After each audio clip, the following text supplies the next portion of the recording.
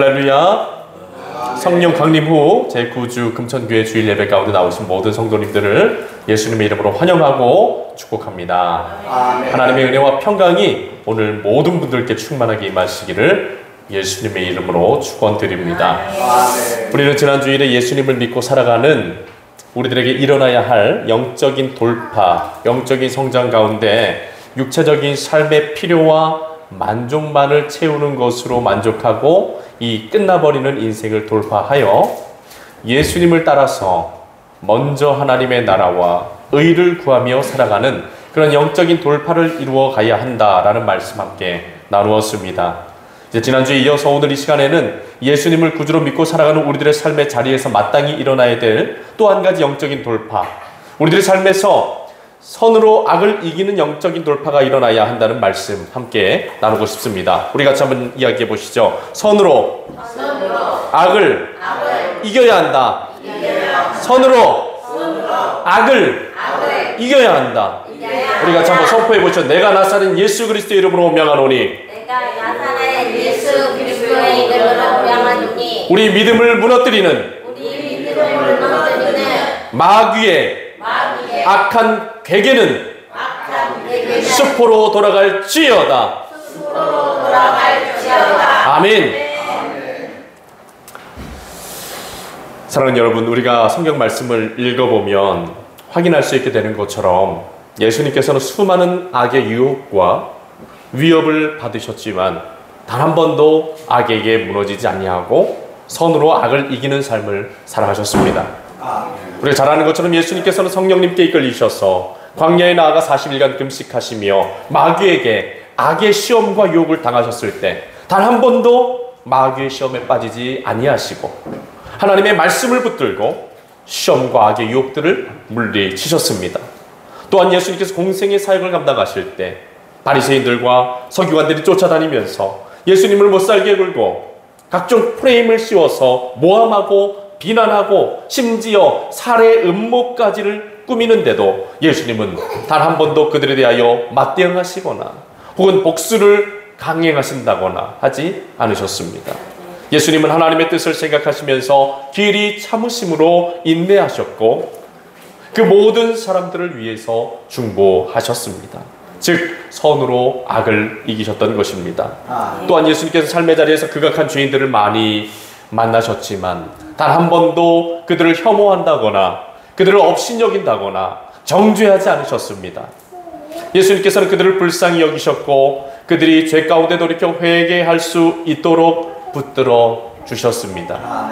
대표적인 예로 이 성전에서 간음을 저질렀던 창녀가 붙잡혀서 이 길에 내던져 돌에 맞아 죽게 되었을 때 예수님께서는 그 죄악의 현장을 목격하셨음에도 불구하고 그 여인을 감싸주시고 그녀의 죄를 사해 주심으로 선으로 악을 이기셨습니다. 그리고 예수님께서 선으로 악을 이기신 가장 큰 정점의 사건은 아무런 죄를 짓지 않으신 예수님께서 바리새인들과 서기관들의 공모로 인하여 끔찍한 형벌을 당하고 십자가에 못 박히게 되셨을 때 십자가에 달려 죽어 가시면서까지도 단 한마디 억울하다는 항변조차 하지 아니하시고 자신을 십자가에 못 박히게 만든 그 철천지 원수와 같은 사람들까지도 용서하시면서 저들의 죄를 용서해달라고 하나님께 기도하시며 그들의 구원을 위해서 중보하셨던 모습입니다.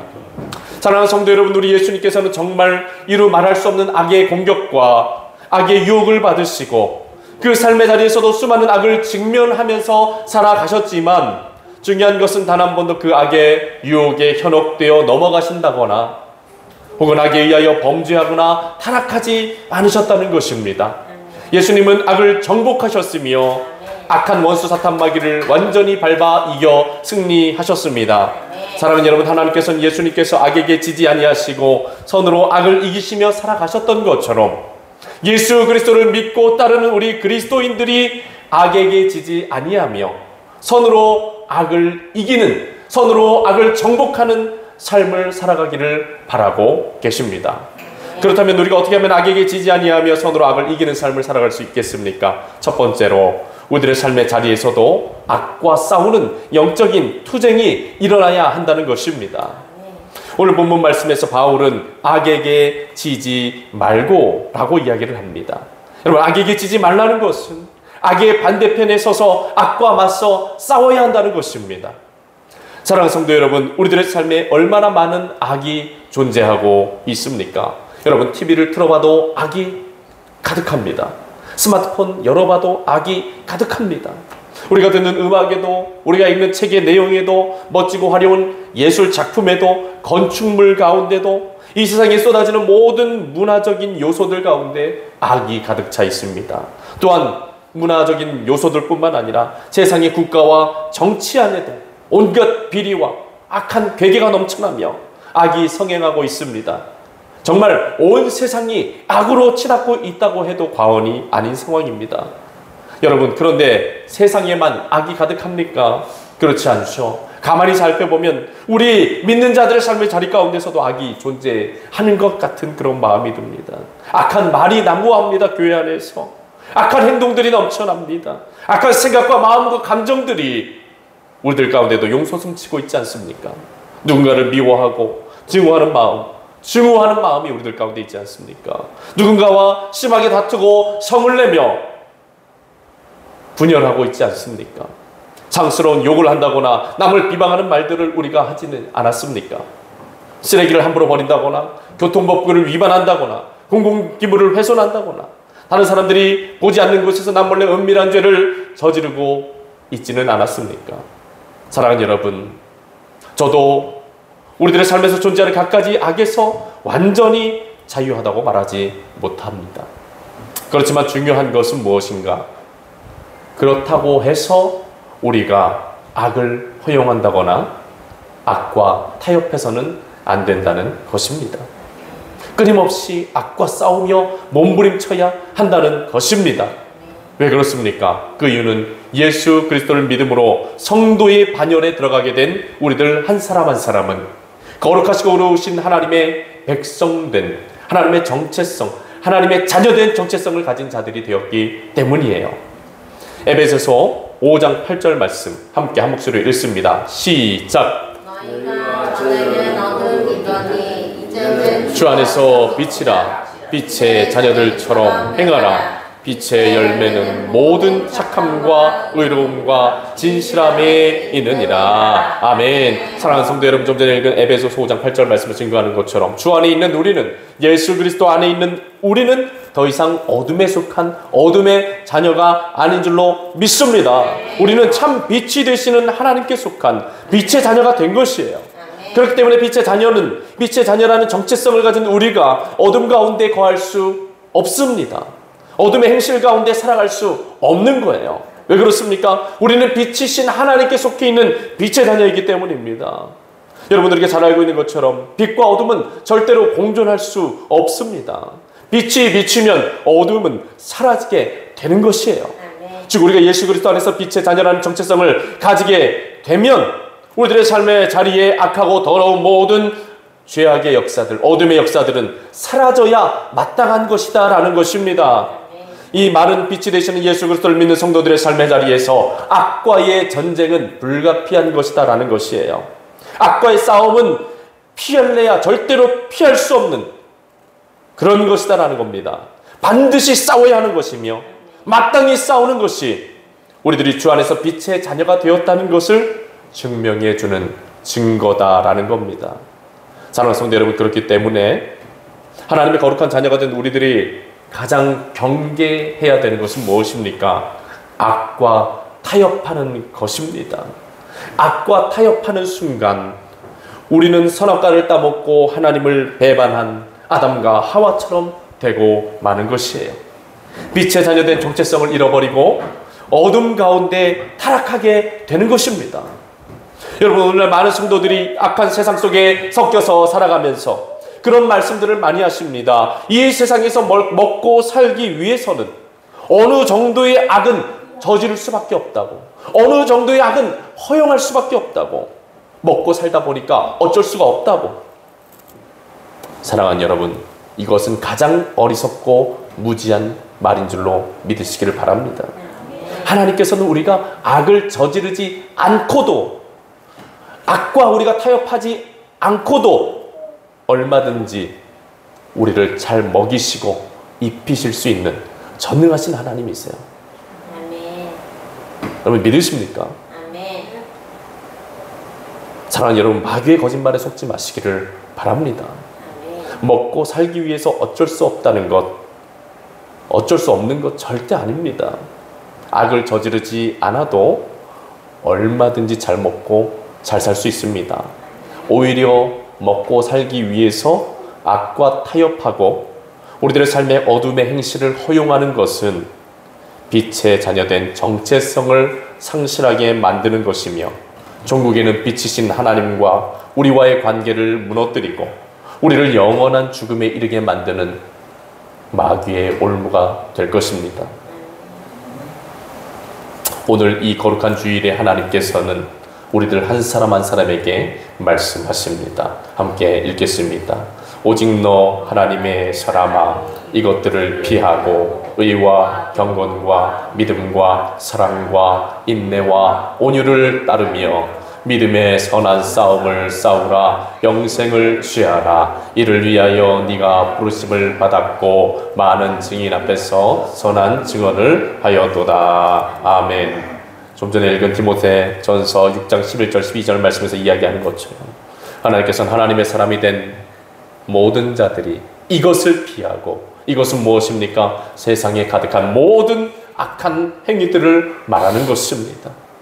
그 모든 악행을 피하고 믿음과 사랑과 인내와 온유를 따르는, 즉 예수 그리스도를 따르는, 예수 그리스도를 삶을 본받아 살아가는 믿음의 선한 싸움을 싸우기를 원하신다는 것입니다. 사랑하는 여러분, 그렇기 때문에 천성을 향하여 걸어가는 믿음의 성도가 된 우리들의 삶의 자리에서 오늘 반드시 치열하게 일어나야 하는 영적인 돌파는 뭐냐? 악과의 치열한 영적인 싸움을 싸우는 것이에요. 하나님께서는 우리들의 삶의 자리 가운데에서 악과 맞서 싸우는 영적인 돌파가 일어나기를 원하고 계십니다. 악한 말과 싸우고 악한 말을 하지 않기 위해서, 악한 생각들을 하지 않기 위해서, 악한 행동들을 내어버리고 거룩하고 의로우신 하나님의 말씀을 따르는 거룩한 몸부림이, 그런 영적인 치열한 싸움이 일어나기를 원하십니다. 여러분, 요셉이 보디발의 집에 종으로 팔려가서 그 보디발의 아내에게 간음하자고 하는 그런 악한 유혹을 받게 되었을 때 어떻게 하였습니까? 자기 옷이 다 찢어져 벗겨지기까지 몸부림치면서 그 악과 맞서 싸우지 않았습니까? 하나님은 오늘 우리들의 삶의 자리에서도 악한 말과 악한 생각과 모든 악한 행동들 가운데에서 그런 치열한 몸부림과 영적 싸움이 일어나기를 원하십니다. 사랑하는 여러분, 예수님께서는 이 세상에서 내려와 사실 때 얼마나 치열한 영적인 전투를 벌이셨습니까? 날마다 깨어 기도하시면서 악을 대적하시고 세상 속에 차고 넘치는 악의 역사 한가운데에서 거룩하시고 선하신 하나님의 뜻을 이루어 가시기 위하여 죽기까지 복종하며 싸워내셨습니다. 사랑하는 성도 여러분, 하나님께서 오늘 우리들 한 사람 한 사람 위에, 모두 우리들 한 사람 한 사람 삶의 자리에 이런 영적인 싸움이 일어나기를 기대하고 계십니다. 사랑하는 여러분, 이제 우리가 더 이상 피할 수가 없습니다. 악과 싸우는 이 전쟁, 지금도 계속 해오셨겠지만 오늘부터 더 치열하게 몸부림치며 해야 될 줄로 믿습니다. 마귀는 우리를 무너뜨리려고, 우리를 집어삼키려고, 우리 안에 하나님의 거룩하신 뜻과 계획이 이루어지지 못하게 하려고 울부짖으며 달려들고 있습니다. 그렇기 때문에 우리는 말씀의 검을 들고 싸워야 하는 것입니다. 그렇게 할 수 있는 우리가 될 수 있기를 축원합니다. 두 번째로, 적극적으로 선을 행하는 삶의 자리로 나아가야 합니다. 오늘 본문 말씀에 선으로 악을 이기라고 바울은 권면합니다. 이 말씀인즉슨 악을 이기는 가장 좋고 탁월한 방법은 곧 선을 행하는 것이다. 적극적으로 선을 행하는 것이다 라는 말씀이에요. 바울은 이 말씀을 통하여 우리들이 적극적으로 선을 행하면 악을 방지할 수 있고 악을 이길 수 있다고 가르쳐주는 것입니다. 오늘 말씀 이전절에 기록된 말씀을 읽어보면 그 말씀 속에서 바울은 선으로 악을 이기는 것이 어떤 것인지 분명하게 말씀을 해주고 있는데 같이 한번 읽어보겠습니다. 시작! 너희를 파괴하는 자를 축복하라. 축복하고 전유하지 말라. 즐거워하는 자들과 함께 즐거워하고 우는 자들과 함께 울라. 서로 마음을 같이 하며 높은 데 마음을 두지 말고 도리어 낮은 데 처하며 스스로 지혜 있는 죄 하지 말라. 아무도 악을 악으로 갚지 말고 모든 사람 앞에서 선한 일을 도모하라. 할 수 있거든 너희로서는 모든 사람과 더불어 화목하라. 내 원수가 줄이거든 먹이고 목마르거든 마시게 하라. 아멘. 사랑하는 성도 여러분, 좀 전에 읽은 말씀에서 바울은 우리가 어떻게 하면 선으로 악을 이길 수 있는지 분명하고 아주 구체적으로 가르쳐주고 있습니다. 첫 번째, 박해자들을 저주하고 저주하지 말고 축복하라는 거예요. 왜 그렇게 하라는 것입니까? 박해자들을 미워하고 저주하는 것은 나 또한 그 박해자와 동일한 악에 빠지는 일이라는 것이죠. 박해자들이 빠져있는 그 악에서 벗어날 수 있는 길은 오히려 그들을 용서하고 축복해주는 일이다라는 것입니다. 두 번째, 즐거워하는 자들과 함께 즐거워하고 우는 자들과 함께 울라는 것이에요. 이 말씀인즉슨 따뜻한 사랑의 마음으로 사람들을 대하며 관심을 가져주라는 것입니다. 여러분, 이웃들에게 대한 무관심과 냉대하는 그런 모습도 악에 빠지는 길입니다. 그러한 악에서 벗어나서 선한 길로, 예수님을 따라 선한 길로 가기 위해서는 적극적으로 사랑을 실천하는 자리로 나아가야 한다는 것입니다. 그리고 서로 마음을 같이 하며 높은 데 마음을 두지 말고 도리어 낮은 데 처하며 스스로 지혜 있는 체 하지 말라는 것입니다. 교만을 버리고 겸손해지라는 것입니다. 사랑하는 여러분, 교만한 것 하나님께서 가장 미워하시는 죄악인 줄로 믿으시기를 바랍니다. 성경은 마귀의 속성에 대하여 말하기를 교만하다고 이야기를 합니다. 성경에서 마귀는 자기를 스스로 높이며 자신이 하나님보다 더 높아지려 하여 하나님을 배반한 타락한 천사라고 이야기를 하고 있어요. 그래서 하나님께서는 솔로몬의 잠언을 통하여 교만은 패망의 선봉이요 넘어짐의 앞잡이다 라고 말씀하시는 것입니다. 바울은 우리가 교만이라는 악에서 벗어나기 위해서 할 수 있는 가장 좋은 일은 자기를 낮추고 겸손해지는 일이라고 이야기합니다. 오래전에 영국 크리스천 투데이라는 신문에서 이 당신이 교만에 빠져 있음을 알려주는 5가지 신호라는 제목으로 이런 한 가지 칼럼을 올린 적이 있는데 그 내용을 한번 읽어보겠습니다. 건강하지 못한 비교를 한다. 비판받는 것을 거부한다. 듣는 것보다 더 많이 말한다. 자신의 이미지를 자꾸 꾸며내려고 한다. 지위와 타이틀에 지나치게 집착한다.